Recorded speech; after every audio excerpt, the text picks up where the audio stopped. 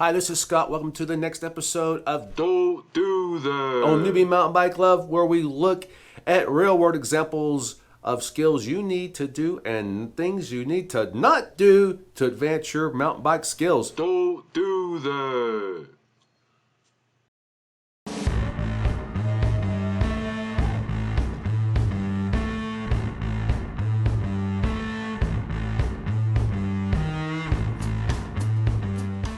We had 2 videos out recently about 10 fundamental skills you need to advance your mountain bike riding. So let's take a look at some real-world examples. All right, this young lady looks like she knew what she was doing. She came in this thing at a good speed, but at the bottom could have went a little faster. Looks like she did some braking and slid out of control, so it's all about traction control. She bailed right there at the end. So yeah, speed is really kind of about momentum, and speed is about committing to your line choice and just kind of going for it sometimes. It looked like that was definitely slick.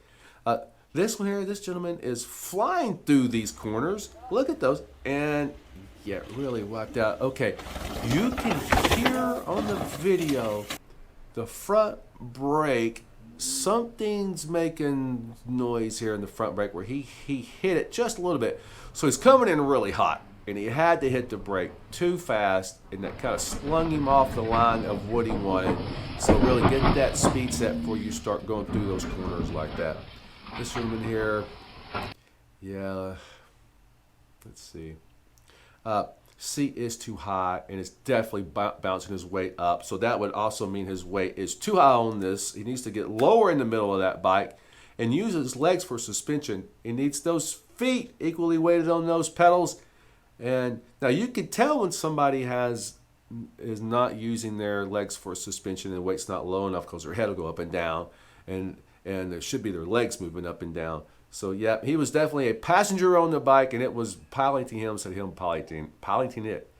Now Lean back. This young man here he really need to go back. We talked about this before in the video, and set yourself before you do a technical section. Don't just start at the top of a technical section and try to hop on the pedals.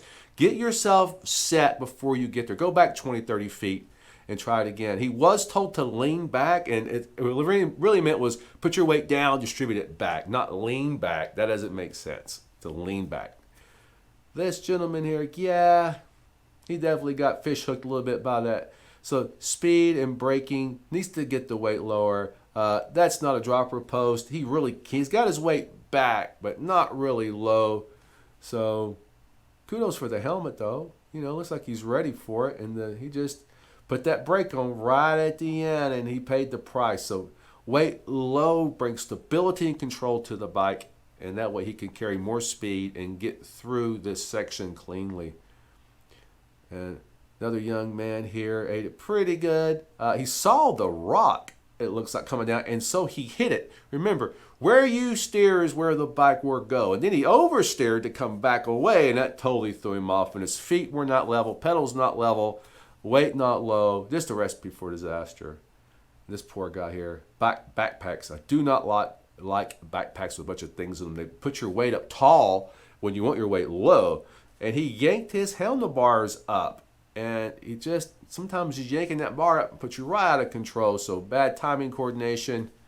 So he paid a horrible price. I think this one's all about speed. Just going way too fast. I don't think he even slowed down. Another thing is, I don't see his fingers covering the brakes right there. I don't see any fingers sticking out. He just went gung-ho through this section with looks like no intention of slowing down or stopping. And you remember, on steering, you want to be a little heavier in the hands when you're steering a skinny. You want a little more weight on the front wheel so you can't steer. Here's another one of those with a backpack with a bunch of stuff in it, looks like, that really puts your weight up tall. And you want to remember, yeah, his feet were low the whole way. You really want heavy feet, equally weighted. Keep that weight low.